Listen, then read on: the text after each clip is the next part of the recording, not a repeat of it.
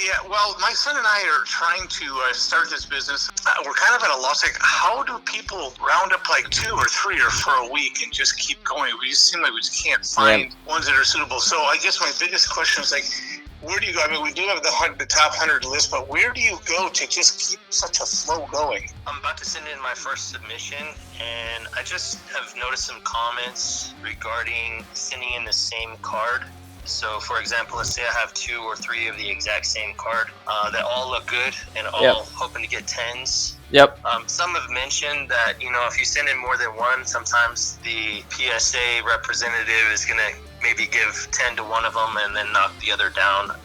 Do you have any thoughts on that? Is it good to send in more than one card? Or, I mean, some of these pictures on eBay are just complete. Correct. If I had to start a sports card business with just $500, here's exactly how I would do it. Welcome back to the Eric Michael Show, episode number 87. I'm Eric Michael. I've spent over a decade buying and selling sports cards. In the last 5 years, teaching busy professionals how to do it. On today's show, I'm going to break down exactly how I'd get started with just $500, which cards I'd buy first, the smartest flips to make, and how to avoid the most common rookie mistakes. And this is the playbook I wish I had when I first started. And then after that, I'll begin taking callers. But let's get into it. So, budget. Okay, so the budget is $500. So, what types of cards you should be buying in your general strategy? So, I would recommend not putting all your eggs in one basket. So, just a general overview of strategy. I'd want to buy 5 to 10 cards that are $50 to $100. The reason the minimum card should be about $50, it's hard to buy a card, get it graded, and sell it.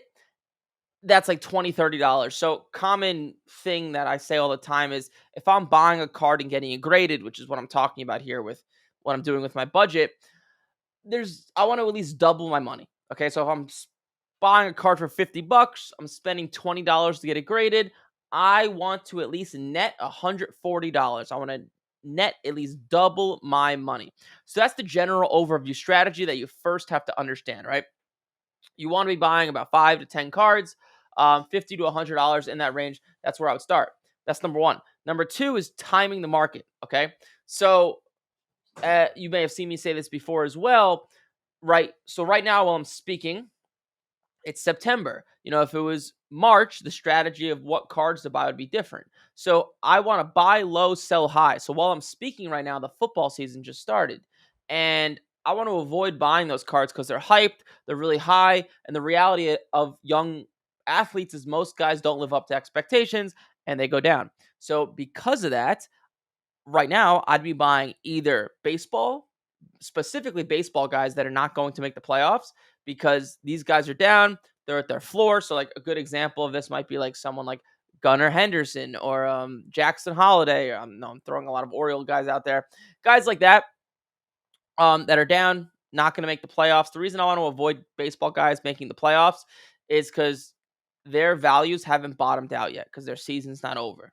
Okay.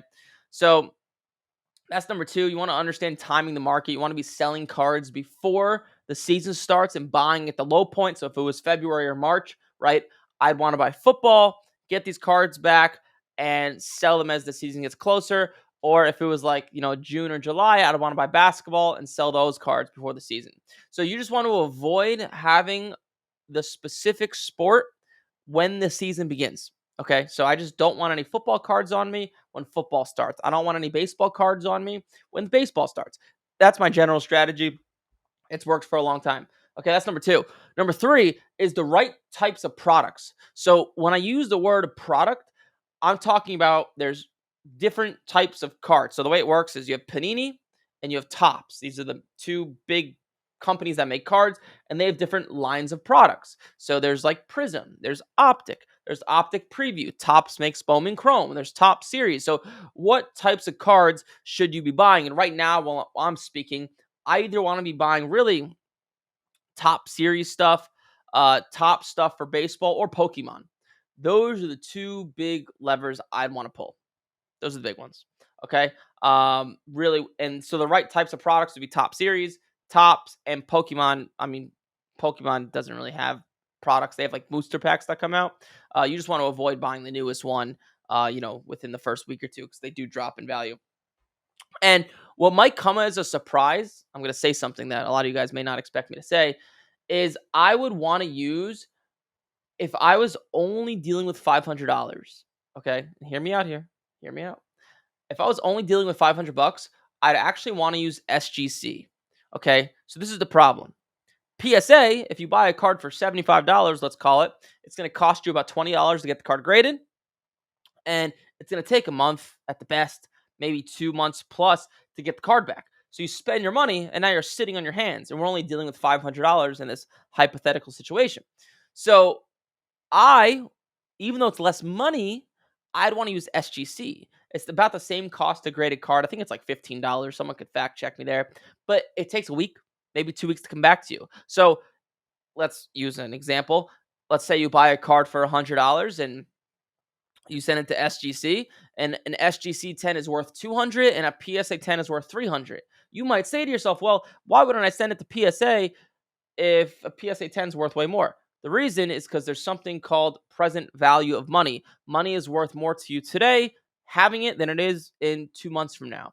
And you could turn that money over much quicker till you get about $1,500, $2,000, $3,000 you could afford to spend and send cards to PSA and keep that cycle going, because the goal is you want cards coming back to you every week, selling them, taking the money, reinvesting, and keep going. Now, if you just buy a few cards and send them to PSA, you're just gonna sitting on your hands for 2 months. So the point I'm trying to make is if you buy $100 card, you'd actually rather have it back and be worth $200 in a week than be worth $300 in 2 months, because you can reinvest that money a lot faster.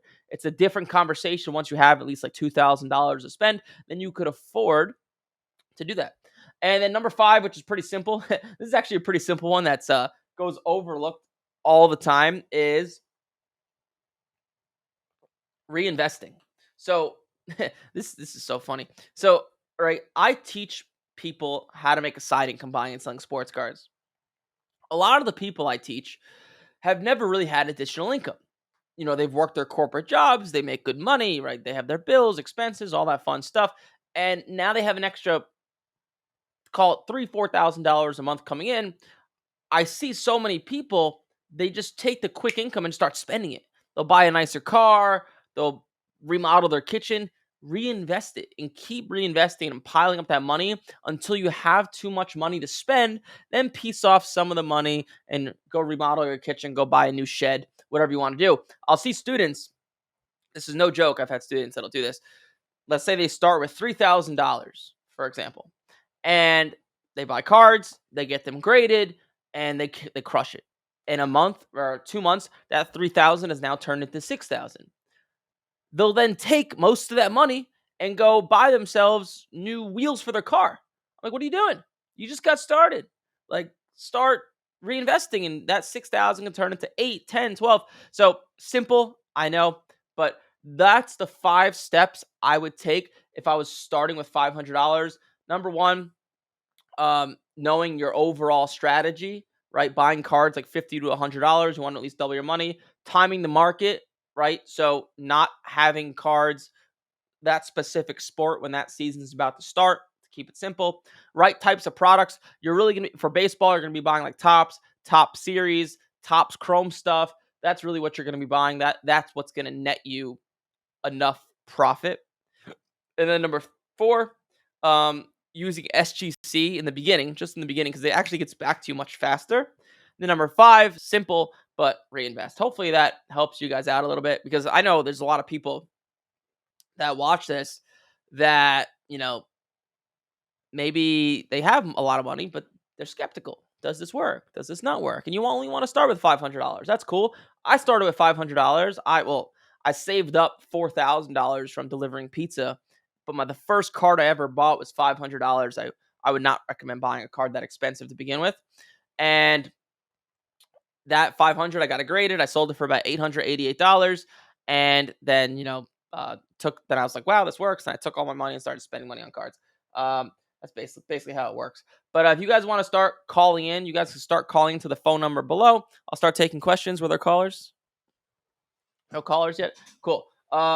Well, what I'll do in the meantime, while I wait for some callers to come in, I'll kind of show you guys this strategy and how I would start with $500. You could actually see me do it instead of me just talk about it. So let's hop over to eBay. And so, right, we have $500 to mess around with.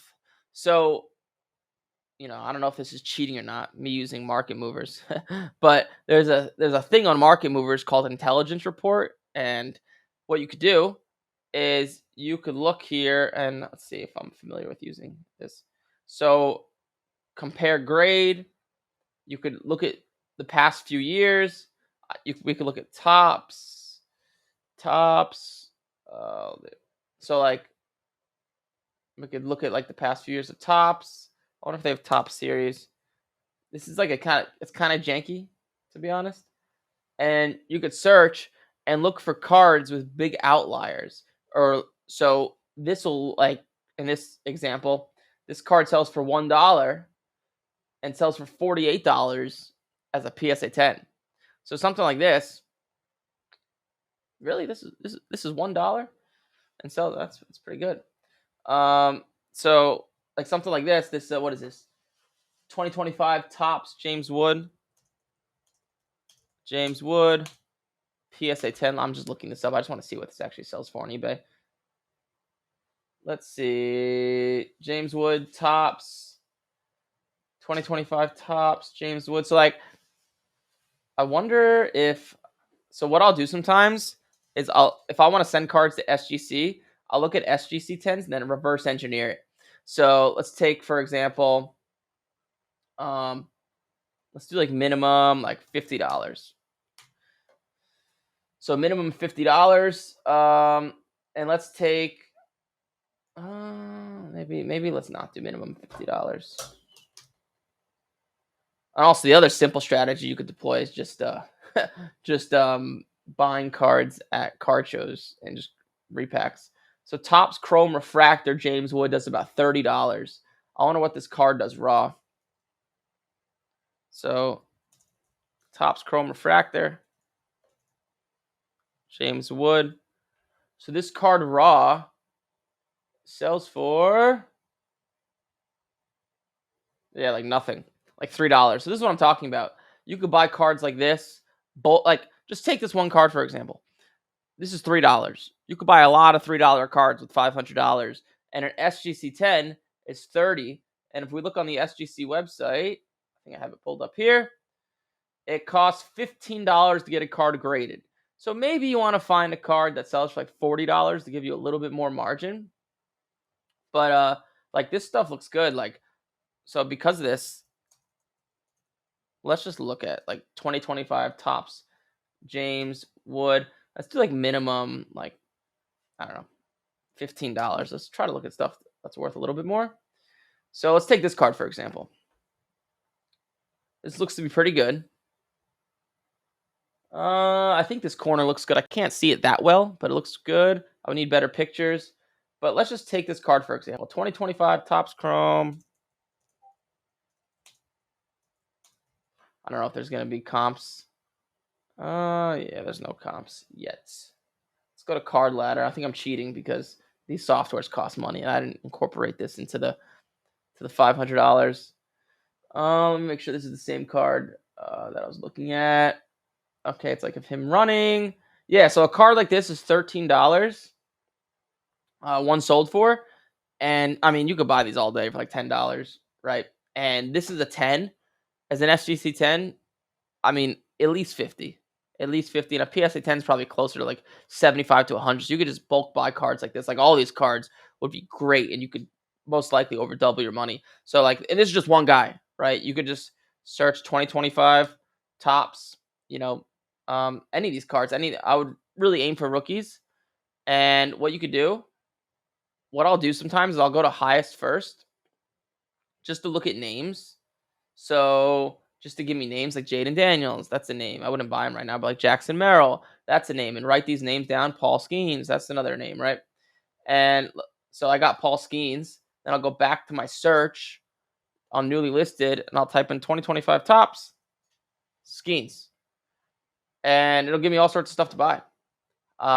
This is card. I'm looking for cards that are like $10, $20, $30.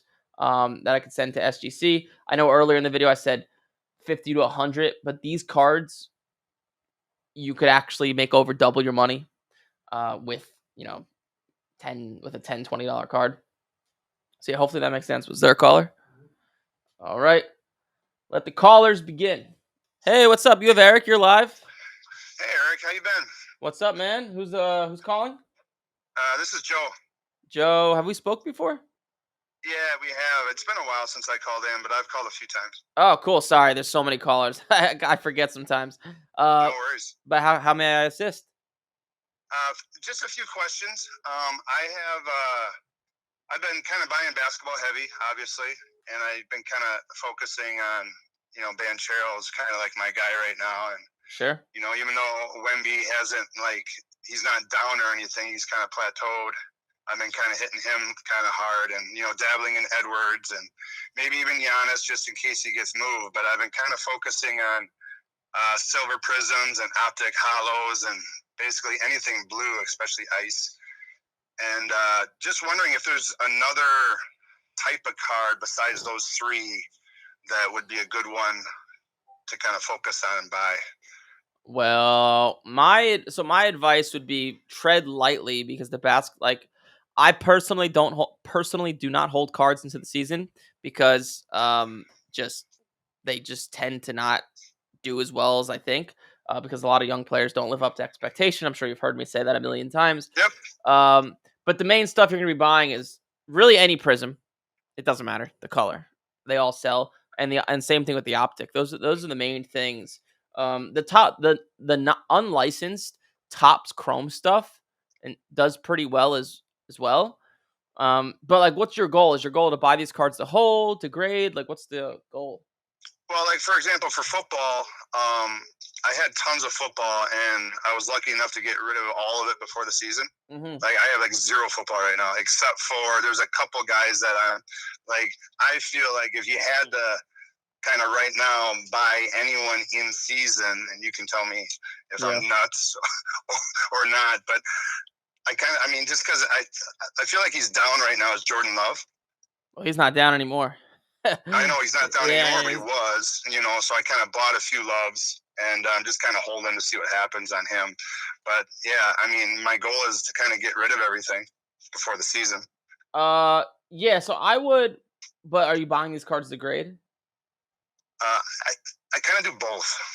I do both. I don't do it to grade now for basketball because I'm just not going to get them back in time. Yeah. So, and it's kind of too late to buy, and like you want to buy when they're down, and that's like right. April, May, June. Like they're not going to see much appreciation. I honestly would move into buying baseball. Like some of these guys like are down. They're down a lot. So that's kind of where personally I would move.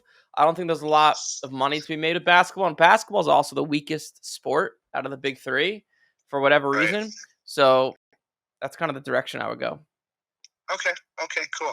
One other kind of off question I just had a thought that, and I did already pull the trigger on him a little bit, and it's not like it's going to be like a home run monster. Yep. But what do you think about buying a couple Staffords, because he's in line to kind of pass Marino and a couple big names on the passing list? Yeah, that stuff, it just doesn't do that much. So it's kind of the same premise as like people will ask me, hey, should I buy Tom Brady cards because he's going to be inducted into the Hall of Fame in 3 months? Well, everybody knows he's going to be inducted into the Hall of Fame, just like everybody knows that he's going to pass Marino on the passing yards list. So it's already factored into his price. So it doesn't do much. It's kind of like, and then also you have that combined with once he does that, a bunch of people are going to be trying to sell his cards. And because of that, the supply will be up, which naturally pushes the demand down. It's not a good strategy. It never works, or it's never worked for me. Okay, cool. No, I appreciate that. Yeah. That's all I have, big man. Thank you. I appreciate what you do. Sweet, dude. Appreciate it. Keep doing your thing. All right. Take care. All right. Bye-bye. Bye. I think there were some other callers. We're popular today. I think it's because we started on time. We've been starting like a few minutes late recently, like 10:04, 10:05.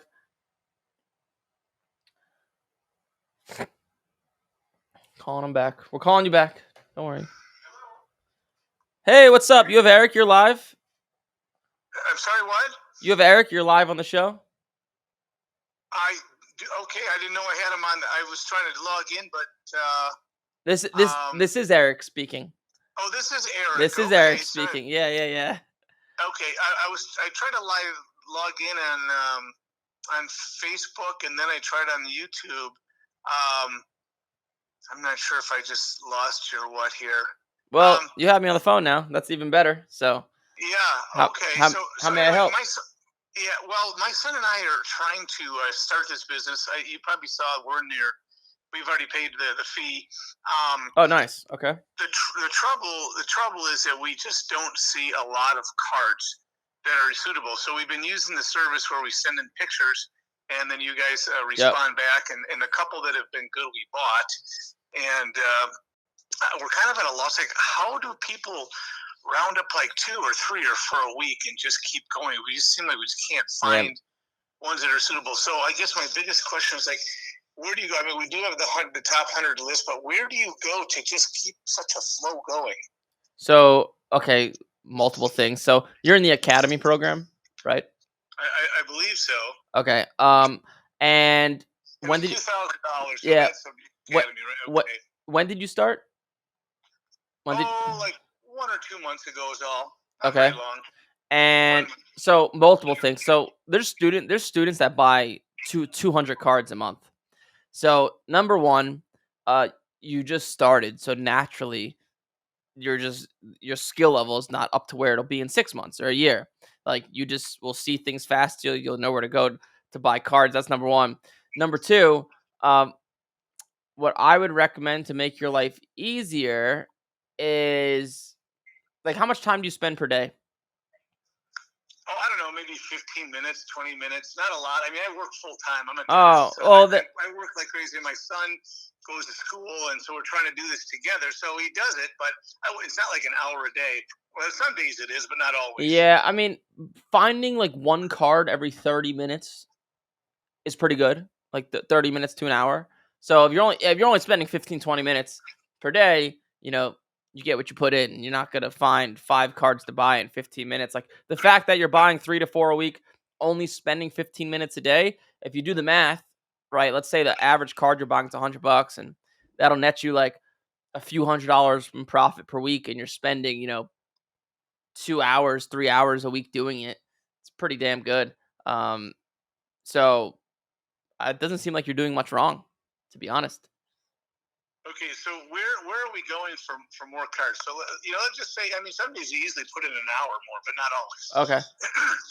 So you said about one card in 30 minutes is like decently good. Yeah, that's pretty Um, solid. as long as you get a frame of reference for how much time it's going to take.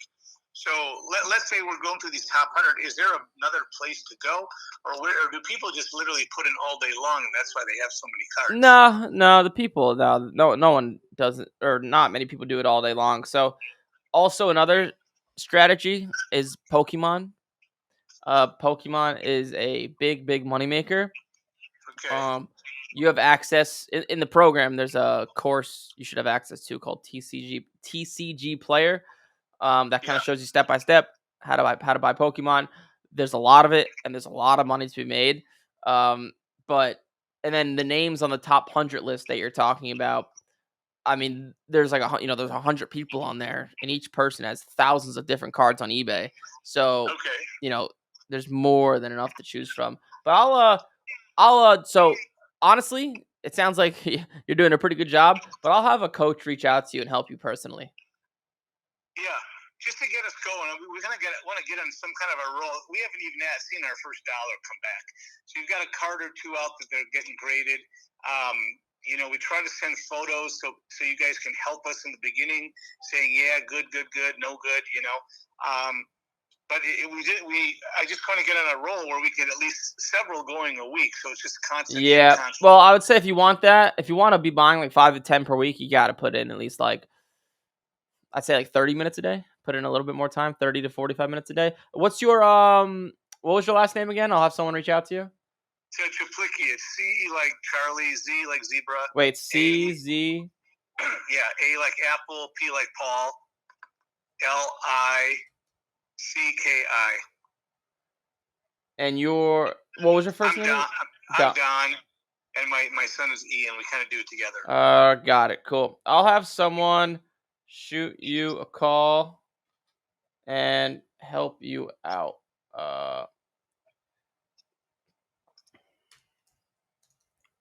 Let me just send him a message. Cool. I'll have someone reach out today.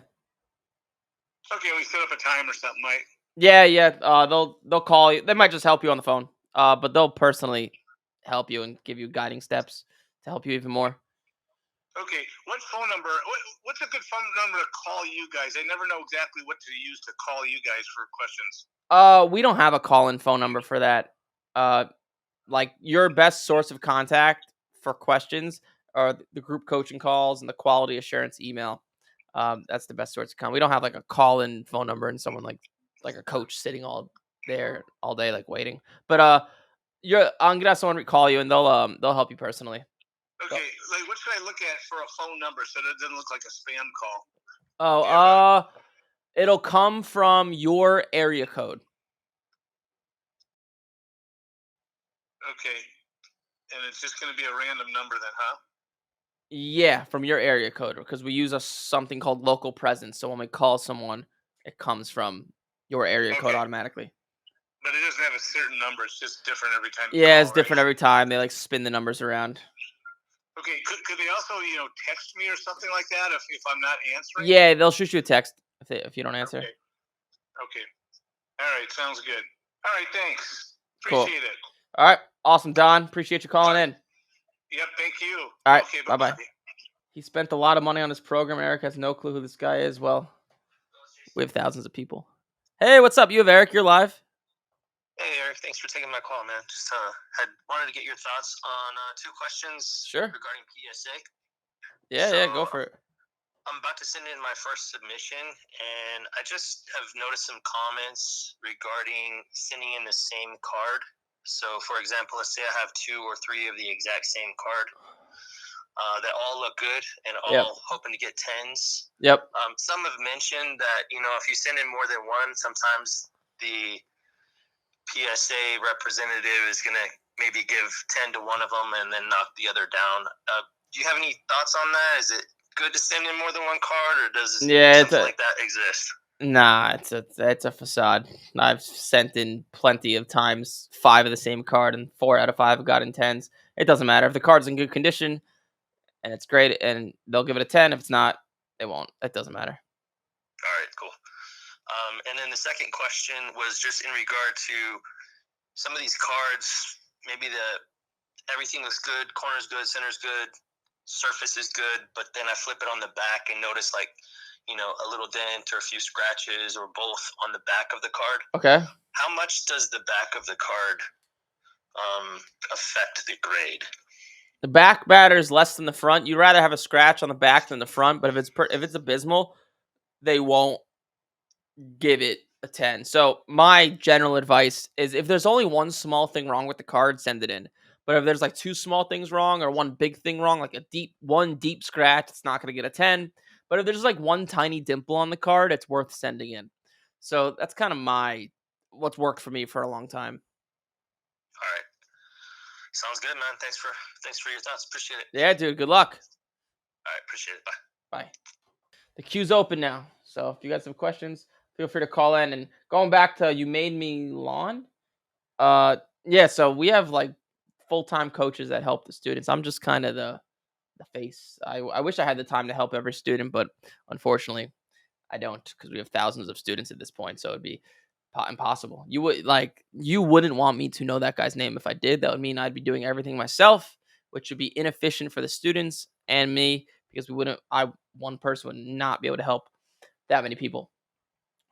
Just to be straightforward and frank with you. Is the sound off lagged for you guys? We don't have anyone else saying that. So I think it should be good. But while I wait, I'll give you guys I was about to give you guys my week 3 NFL picks, but we have a caller coming in. Okay, I'll get there. Hey, what's up? You have Eric. You're live. Hey, it's Antonio. What's up, Antonio?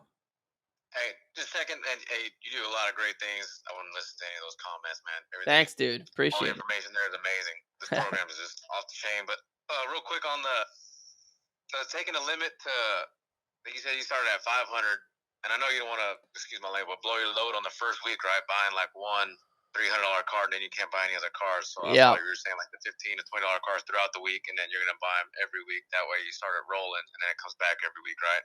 Mm-hmm.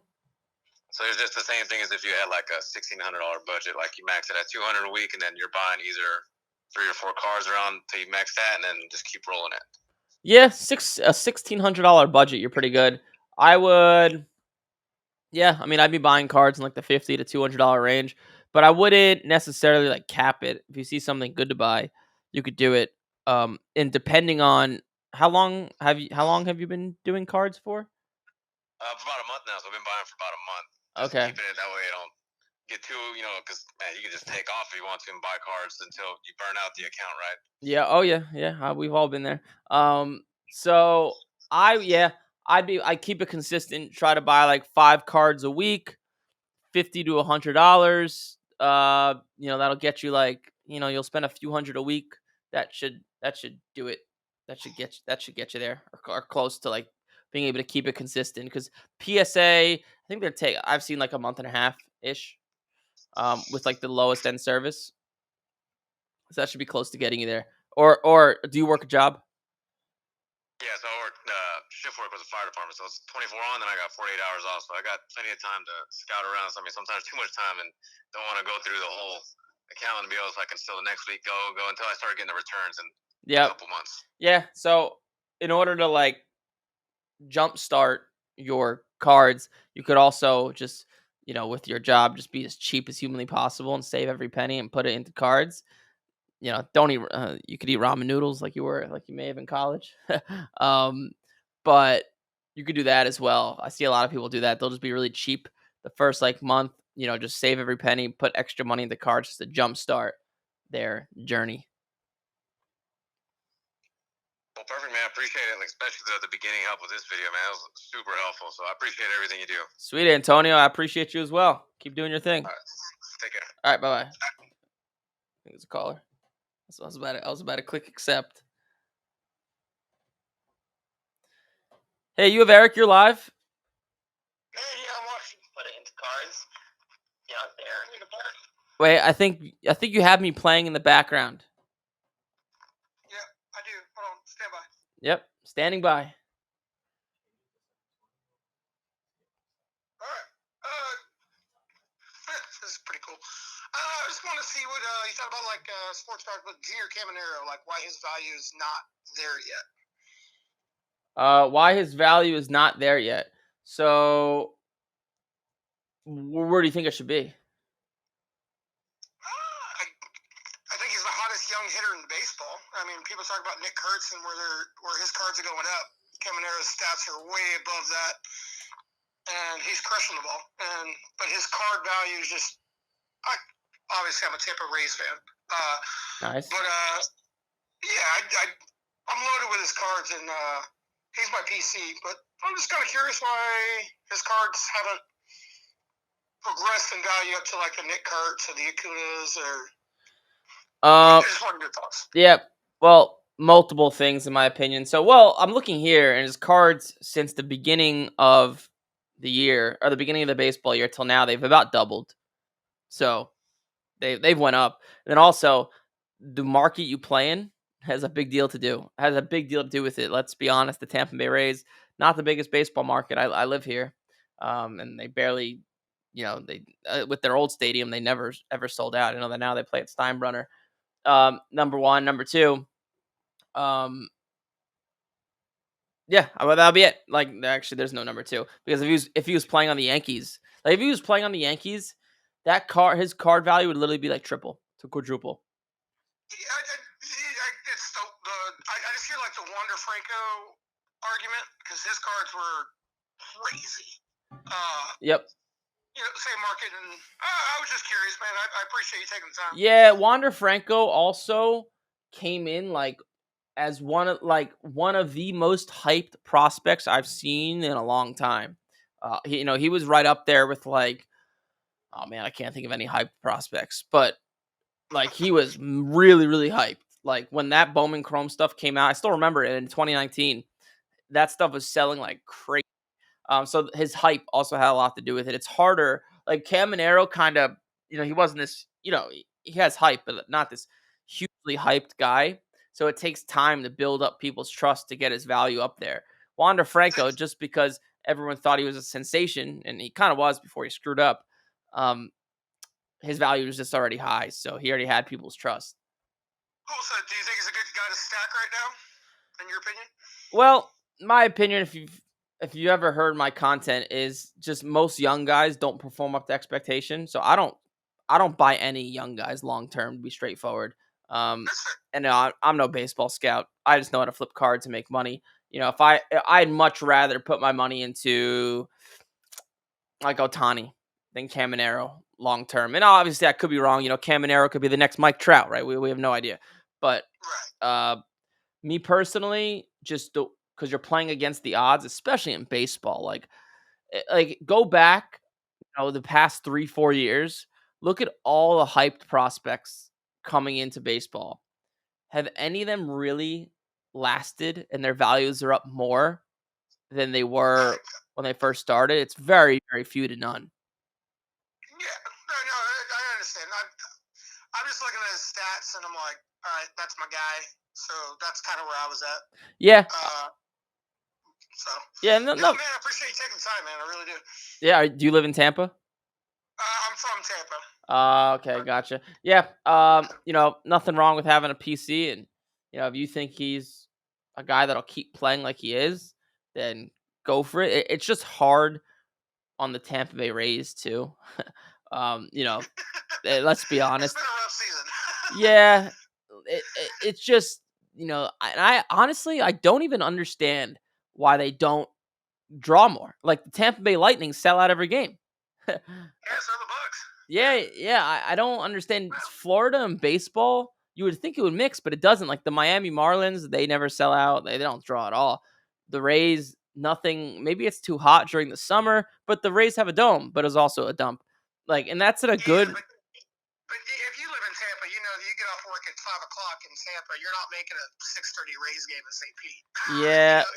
Well, actually, in my opinion, I think the stadium's in a great location. It's smack there in downtown St. Pete. You would think all these young kids would want to go. Like I used to live on Water Street in Tampa before I moved into a house, and all these young kids, all these girls, half naked, would be drinking, walking down Water Street, going to Lightning games, and it's like a giant. I tell people with Lightning games pre-games for going out. It's crazy, but you would think they would do that for the Rays, but they don't. I don't really understand why. I mean, when that stadium was built, you didn't go to St. Pete. Oh. What I mean? It was party at Ybor City. You don't go to St. Pete. Now you go to St. Pete because I went. I caught a series earlier this year at St. Pete's, or last year, and St. Pete's just so nice now. So maybe people just don't know about it yet. Maybe I don't know, but they've done such a good job down there. It's wild. Yeah, it's crazy to me. I moved to Tampa a year ago, so I know St. Pete used to be a dump. That's what I've heard, but St. Pete to me has always been a great spot to go. My girlfriend lived there; she just moved, but yeah, I think St. Pete's a great. I don't fully understand why the Rays don't draw, especially with all the young people in Tampa. It's really cheap to go to a baseball game. It's a great place to have a few drinks, but I mean, hockey is more exciting than baseball, so I guess there's that. Yeah, hopefully this new ownership turns it around and Rays can get up there. Yeah, I had if I'm able to. Some great players. I mean, we just purchased an office. If I have I said this to my business partner. If we could, next 10 years, grow this thing into 1,000 times the size it is now, I would want to buy the Rays. I think I could turn them around. Maybe I'll do some sort of Savannah Bananas type of thing, making the games really fun. Mixing it up somehow. Yeah, man, good times, man. Well, I appreciate your thoughts, man. I don't want to take up too much of your time, but yeah, thank you. Junior Caminero, he's 44 home runs, man. Yeah, dude, he's a beast. Turned 22. He's a beast. He's a beast. I appreciate All right. you, bud. Thank you for calling in. Bye bye. Thank you. Junior Caminero. I didn't know he had 44 homers. I thought he had like 35, but wow. It's pretty good. I see some questions in the chat. If you guys have questions, call into the phone number down below and I will get them answered. I promise. But we have to prioritize the callers. We're calling someone back. Don't worry. We're coming. We're coming.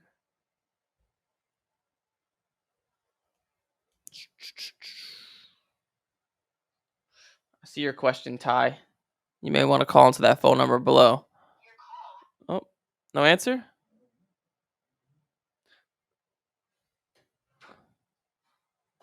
Hey, what's up? You have Eric. You're live. Hey, Eric. This is George. How you doing this morning? What's up, George? Where are you calling from? Houston. Houston. Okay, good area. How may Yes, I how may I help? Let me get to. So, first thing, I called about a month ago. I was the guy that started off with your scam. You're a scam, but then I told you right away I was just kidding. Yeah. I remember that call. That was a Your good mouth one. started watering. You got all excited. Ah, and I dude. let you down. You did let me down. I'm just waiting for someone that like hates my guts to call in. And I was hoping you were the first one, but I'm still waiting for that. Right. So I have a few questions. Hopefully to the listeners, they're not the same questions that have been asked. And Yeah. I just haven't seen them. But so I apologize if I have. One of them is, what is the honey hole on cards to buy that are like numbered cards? Because I hear you say sometimes you try and stay away from the low cards because there's not enough comps, and it's really hard to sell those. And then you might have the real high end numbered card that everybody can get, so it doesn't really matter. They can get those over and over. What do you feel is the best numbered card to get into? When you say get into like Resell. To make money. Yeah, So to flip. Yep.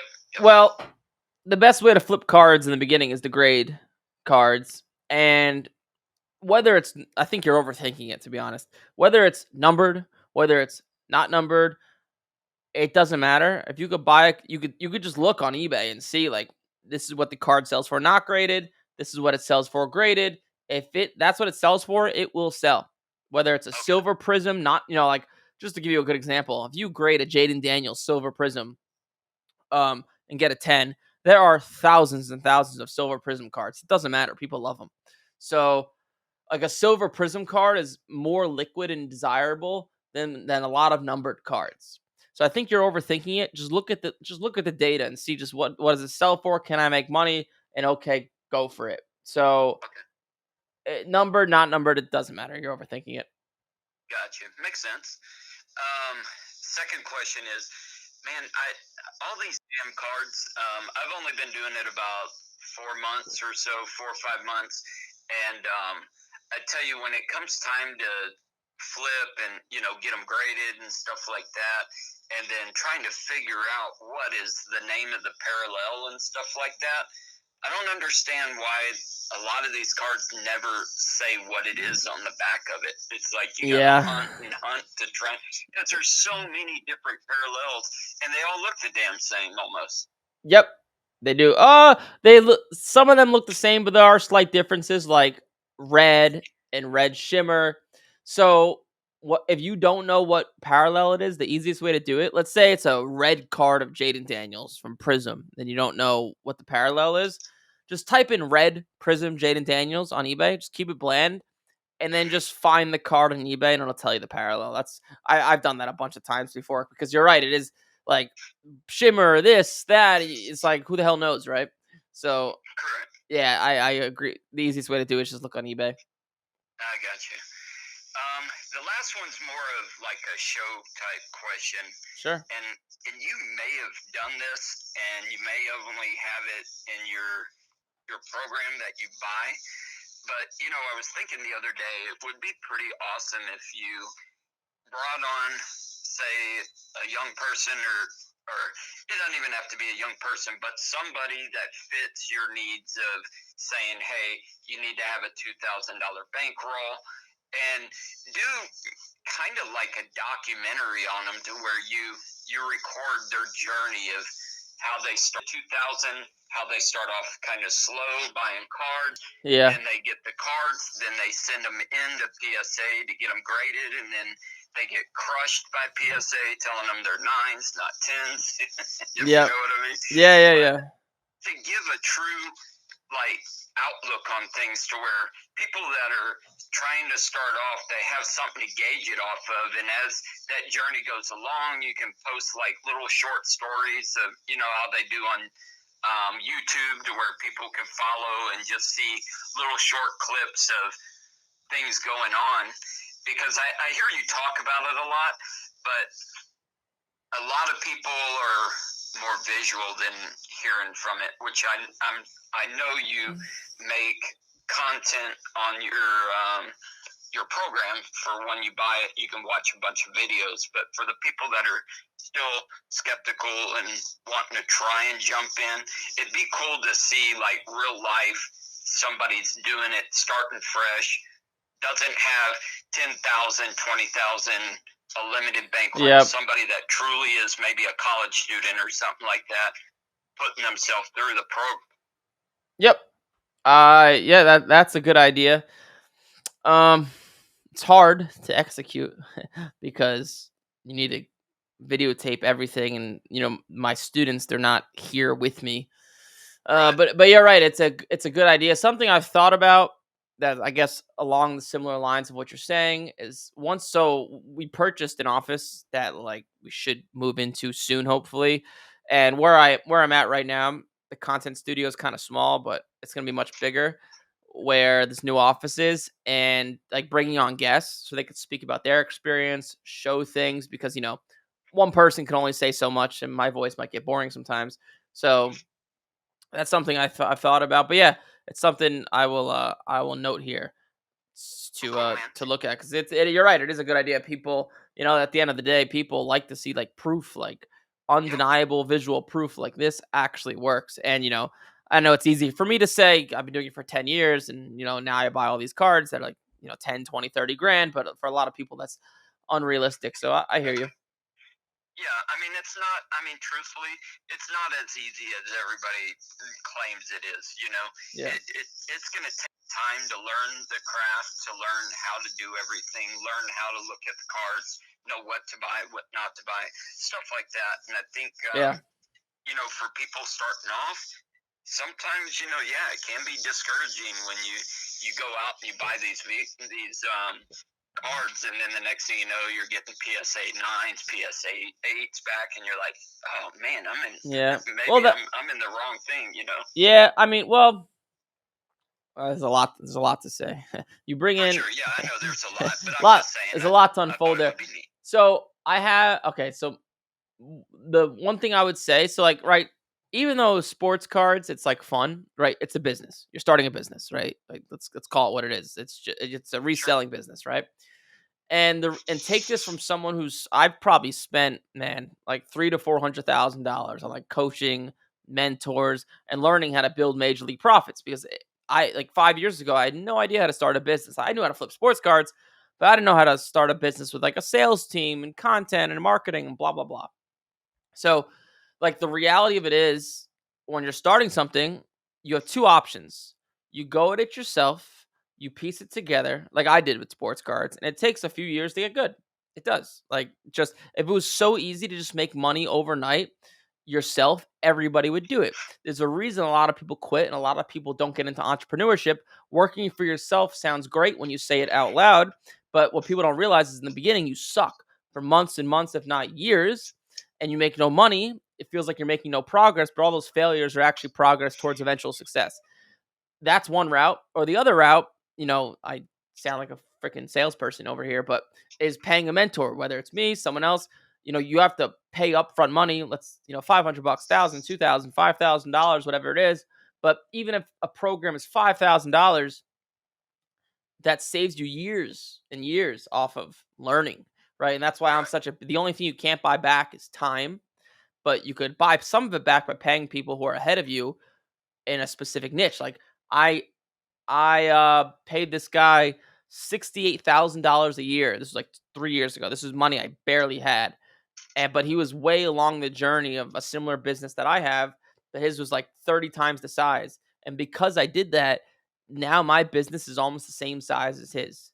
If I didn't pay him that money, and it's painful to pay $68,000, if I didn't pay that money, I'd be, 10% of where I'm at.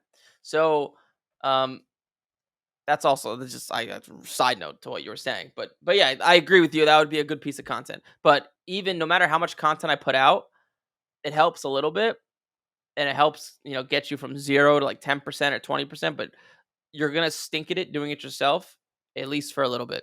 That's just Sure. how it goes. No, I get that part.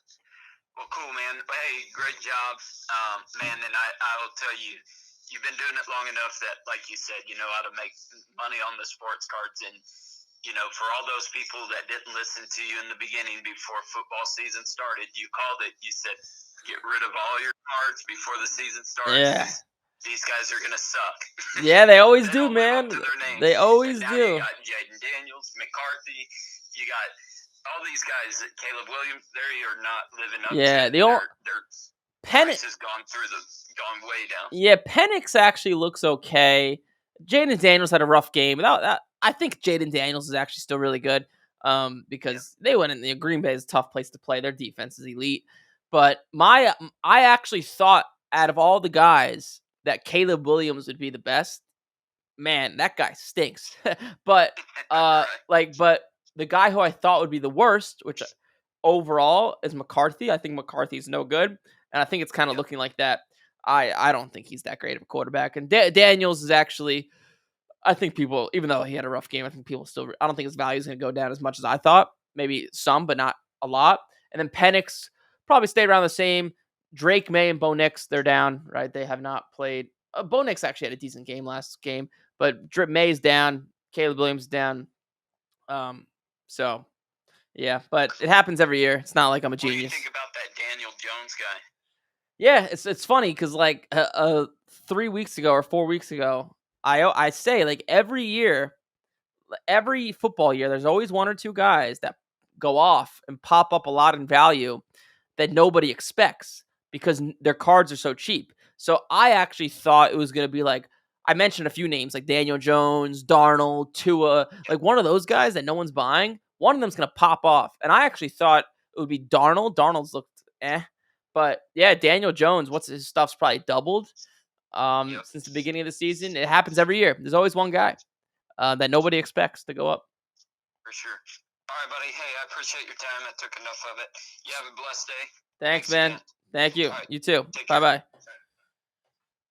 Man, I felt like I was giving a motivational speech over there. Wow. I think there's more callers, right? We're popular today. I think it's because we started on time. Don't do 10:03. Do 10 o'clock like you say you're gonna, Eric. Right? Hey, what's up? You have Eric. You're live. What's up, Eric? This is Diddy. Diddy, what's up, man? What's up, man? I just wanted to talk to you about what this is going to mean when Topps takes over the licensing for like older sets, right? Like case hits and shit like that. Like I got some Drew Breeses numbered. I'm a huge Breeze fan. I got some like case hits from their older stuff. Do you think that'll affect the value of it, or is it, since it's still unlicensed, that all that crap from before is still going to hold the same value? Yeah, it holds the same value. It's not going to affect it at all. So just to give you a good example, like LeBron James's rookie Topps Chrome from 2003, when Panini took over the basketball license, which I think was 2012. Yeah. Did it affect LeBron's Topps Chrome value cards? No, has no effect. As long as it's the licensed card, it's not like someone comes down and like has an eraser and erases all the logos and on all the Prism Panini cards or whatever. So now, to answer your question, now it'll have no effect. Plus, Topps has had the license before, right? It's not like a Leaf where they've never had a license, and yeah, you know what I mean, it's gone in and out, right? Yeah, I mean, Topps knows what they're doing. I think the hobby will actually be better. To be honest, I like their cards more. I grew up, or I don't know, grew up's the right word, but with like Topps Chrome. I remember like Topps Chrome, Jameis Winston's, and Marcus Mariota's. That was the stuff I used to make money on when I first started. Yeah. Todd Gurley was the man back then. Yeah, Money but Manziel too. yeah, Manziel. Well, Manziel, I actually didn't make any money on Manziel because his rookie year was 2014, and by the time I got into cards the next year in 2015, he already stunk. Yeah, So right. yeah, Biggest bust ever, right? yeah, but like guys like Derek Carr, oh man, Yeah. he was the guy. He was the guy. Yeah. I don't know if you will remember this, or I don't know if you were in cards long enough, but do you know who Vegas Dave is? Yeah, I'm 47. Okay, so Vegas Dave was like the biggest Derek Carr collector, and he was Mhm. just buying every Derek Carr card. This is like, oh man, 2018, 19 Derek Carr was like really hot. And I remember I bought a card of his for $2,000 and sold it to Vegas Dave for $4,000. Um, Double but up. but the point I'm trying to make here is, yeah, Topps has done it before. I think it's gonna be better. I think people like Topps Chrome more. Like Topps Chrome, I envision will kind of take the place of Prism. I think. Right. And then like National Treasures, maybe Topps Dynasty will take that place, or they'll come out with a new one. Yeah. And then there's like Flawless. I don't know what'll take the place of that, but Topps, they know what they're doing. Like I think Panini, you know, they've done the hobby obviously very well. The hobby's grown a ton since they got in, but Mhm. I think they're starting to like just overproduce cards with all these crazy variations like green, shimmer, orange, toilet paper variation. So, uh, Right. For sure. yeah, so I think it'll be better, but obviously I'm biased because my income relies on it. So, What do you think about the loyalty program Topps is doing for baseball? I think it is. Did you see this? Where they're if you go to a game, a certain game like the Yankees and something, and you just bring any kind of a card, the first 500 people at these games, they're giving them like some kind of special like card. Did you see this? It's like a loyalty program. nah, I have no idea. I have no idea what you're talking about, but Yeah, sounds it's something cool. they just came out with. Yeah, it like I guess they're gonna continue to do this. I mean, they did what was it, 400 million last month in sports card sales. I guess the index was at. Yeah, Wow. it's crazy, right? And it just seems like, but isn't the bottom gonna fall out of this eventually with like the price of everything? Nah, You don't well, think? I mean, well, the bottom.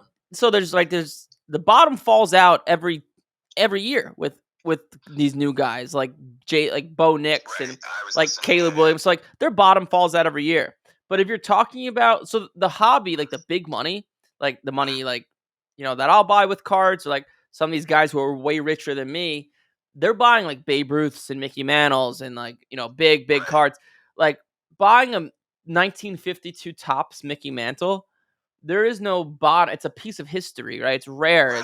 So like For sure. that's like it's kind of the equivalent of saying like this is an extreme example, but isn't the bottom going to fall out on a Picasso painting? No, because it's Right. rare. I know. It's a piece of You're history. right. Yeah, It's a piece of fucking history. yeah. Right. But like the new guys, the bottom falls out every year because most of them don't do well. So Yeah. that bottom always falls out. But yeah, the big money is driven by like the Jordans. I think some of there's a lot of Jordan cards. Maybe in my opinion, those sell for a little bit too much than they should. But if we're talking about like the big cards, like the 1952 Topps Mantle at SGC 9.5 that sold for like 12.6 mil. Dude, it's like an iconic piece of history. It's not really like a card at that point. So, oh yeah. That's what I was saying about when that Kevin Larry guy bought that movie card and that Jordan card. Like, yeah, sure. Did he overpay for it? Do I think so? Yeah, that but card, like, that was, I know. yeah, but you know what though? He bought a piece of history, right? Because it was the highest amount ever paid for a card, right?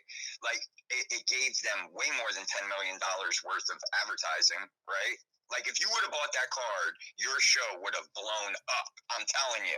Like I know you don't have 12 million to drop on it, but I'm just saying the amount of exposure that they got just for buying that card, I Yeah. feel like that has paid for it.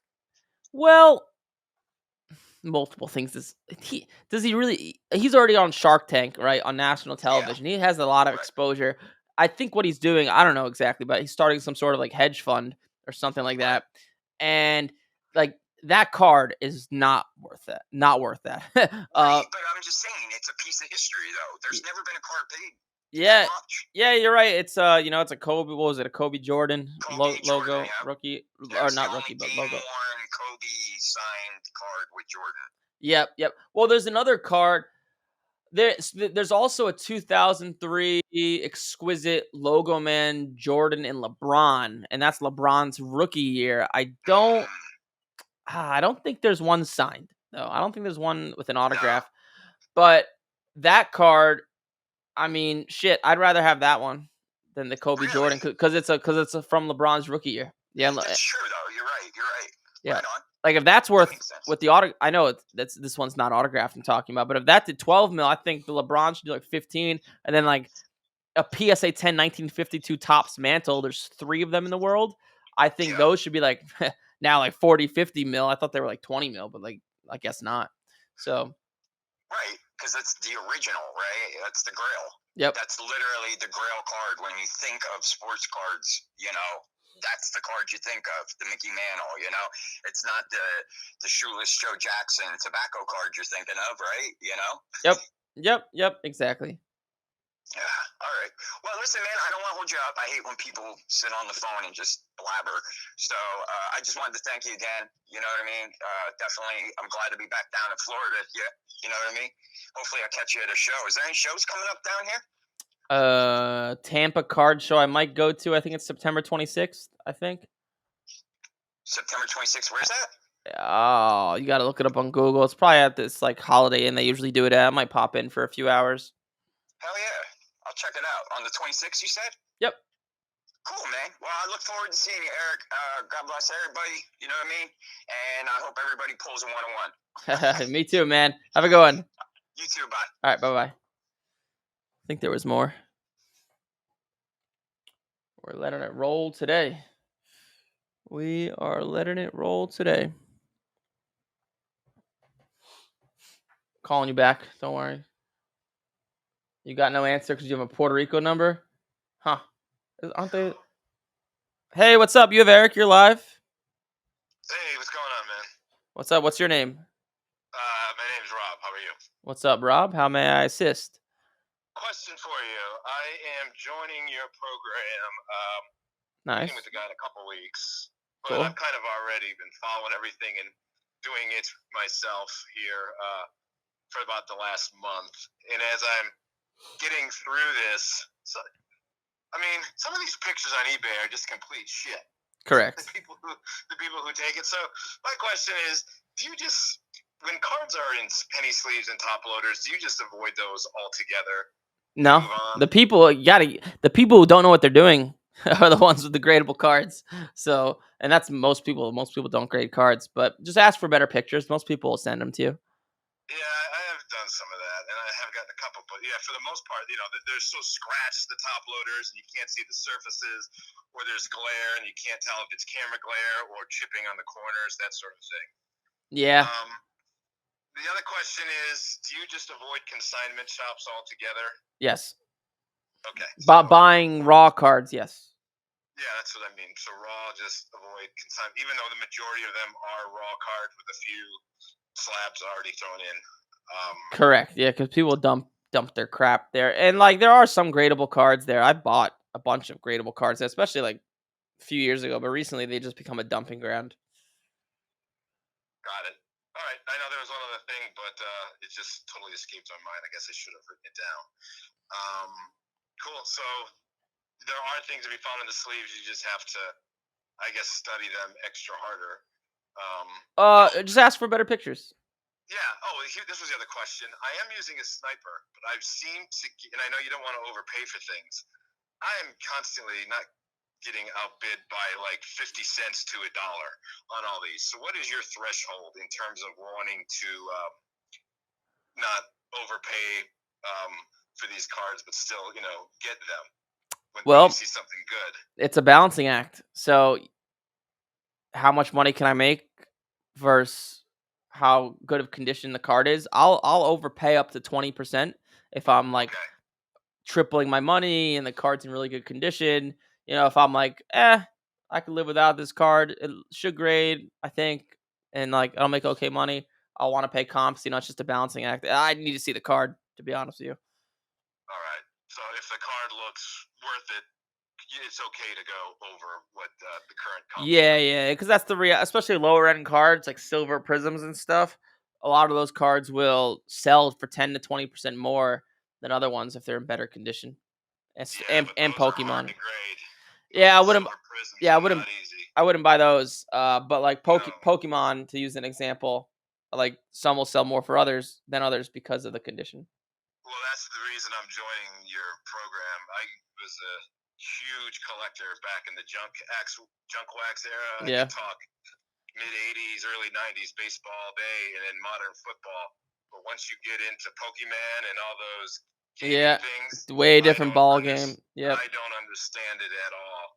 Yeah, and I think the things with that is, obviously things like basketball, baseball, football is sort of seasonal and cyclical. Yep. It appears to me that these games, you can buy the cards at any point of the year because there's no seasonality to them, and they do well at any time you buy them. Pokemon, yes. You just want to avoid Right. buying when the packs first come out because they're just too high. Yeah. Well, again, that's one of the main reasons I'm going into your program because stuff. What? You already assumed you're going to join the program. What if it's $1 million? I've already talked to your guys before. Oh shit! Okay, I know it's not $1 million. It's not $1 million. If it was, you wouldn't have anybody doing it. That is accurate. Well, cool. I'm looking forward to seeing you in there. All right. Well, in a couple weeks, but I got some travel things coming on, so I can't do it just yet. Sounds like a plan. Thanks for taking the call. Have a great day. Awesome. You too. Bye. Bye. You think I just ruined the sale by saying it was $1 million? If I did, one of the salespeople is not going to be happy with me. That wouldn't be fun. How many more callers are there? We're trying to call you back, Puerto Rico. You got to pay if they charge us, though. Hey, what's up? You got Eric? Hey, Eric. What's up, man? What's your name? I'm sorry, I was turning off the vehicle. I'm driving an 80s mail truck, and I don't want that noise to bother. Okay. Are you Walter? Yes, I am. What's up? I was wondering, I was like, damn, maybe they think it's like out of country number, and that's why they're not calling back. No, we got you. What's up, man? How can I help? I just have a quick question. It is actually for a friend that I kind of got him involved into cards. And just like everyone else, we all buy boxes when we start. So he was lucky. He got a Paul Scheme auto red ink out of a blaster box, right? Yep. So he sent it to PSA. He got a PSA 10. There's Oh. only 3 PSA 10s. His number is 76, I believe. And it's a red ink on card auto. Out of 75? Not sure. I think it's like a weird number. I think it's a 76. Okay. 74. It's not really. Okay. Yeah, it's a weird number. Sorry about this. Yeah, you're okay. My bad. You're good. No worries. I pull up next to the fire station. So what's your question? What's it worth? Yeah, the only thing that I can find on it is PSA is selling one on eBay, but that don't tell me anything. I can't find any sales. And the one they selling is a PSA 9 out of 10, and they're selling for like $7,000. Is it the one of him in a black jersey throwing a ball? No, he's not throwing the ball. It's just a simple picture of him. It's a 2025 Topps Heritage Paul Scheme Real 1 autograph red ink. Real 1. Okay. I see it. Yeah. It's like the little trophy in one corner and the star on the left. Yep. Yeah, so a PSA 10 is probably around 3,000.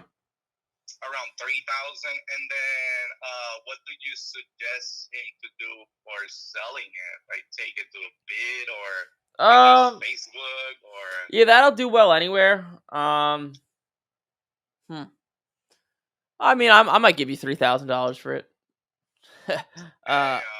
Something I'm looking to buy, but if you don't want to sell it to me, yeah, I would first go with it to Facebook, to social media, try to get see if you can do better than $3,000, and then you could just let it rip on auction. On auction, it should do. It's a weird card, and so keep that in mind. But I would assume on the low end, 23 to 2,500. On the high end, 3,500. All right. Well, I'm gonna let him know, and I'll keep in touch with you because he doesn't really buy or sell much. He doesn't sell at all. He just got lucky and pulled that up. Well, you know what they say: it's better to be lucky than good. So. Yeah, you know how many boxes I bought before I got him involved into this, and he just bought that one. That's I'm funny. happy for him, though. Beginner's luck. Yeah, it's like a sour happiness. I understand. I know. I went straight and bought another blaster when he told me that I have no luck. Well, maybe it's your sign to stop ripping and just buy singles. Yeah, I already learned. I listened to all your content, man, and I already learned. I stopped buying boxes. I mean, I have so much crap that I just need to get rid of. Actually, how would you suggest me to get rid of all that stuff? I mean, there's places like Quick Consign and ComC. You could send all your cards. They'll ComC. charge like $1 a card, and they'll sell it all for you. Yeah, I don't even care how much they go. I just want to get rid of them so I can keep moving. I've been selling actually. Last month I was able to pay my card, my monthly payment on my card just off parts. Oh, nice, cool. So I mean, it was pretty good though. Yeah, that is pretty good. Yeah, so thank you for that because it's mostly because of your content, to be honest. Well, that means a lot. I appreciate it, man. That's the goal, to help people. Yeah. Well, thank you for everything, man, and I won't take much of your time. I know I text with you before in one of those numbers. I would just shoot a text, see if he's interested in selling it to you. Sweet. Sounds good. I'll shoot him a text. All right. Thank you, man. Have a good one. All right, Walter. Thank you. Bye-bye. Bye. Is that it for the callers? Cool. Well, we'll wrap this up. There's a free PDF down below of the 5 steps to make money with sports cards with under $500. If you're new here, like, comment, subscribe. And before I go, I'm going to give you my week 3 picks. Week 1 went great. I went undefeated. Week 2 went bad. I went 1-3, I think, with my picks. But number 1, I'm just looking here so I get the accurate spreads. Number 1, I like the Ravens minus 5.5 over the Lions. I think they're going to score every single possession. Number 2, I like the Giants plus 6 over the Chiefs. And number 3, there's 2 more. Number 3, I like the Jaguars to beat the Texans. I think they're a better team home. Number 4, the game I love the most that I know I'm going to get made fun of. But the Bears, pick them to beat the Cowboys at home. I think the Cowboys defense is not good. Caleb Williams will finally look good. The Bears defense will get some stops. I think it's a great spot for the Bears to get their first win. The Cowboys are a meh team, in my opinion. I think Ben Johnson will right the ship. I think Caleb Williams will make plays. I don't think he's that great of a quarterback, but against a weak defense, he'll run around, make plays, be good. But those are my picks. There's a free PDF down below. Like, comment, subscribe.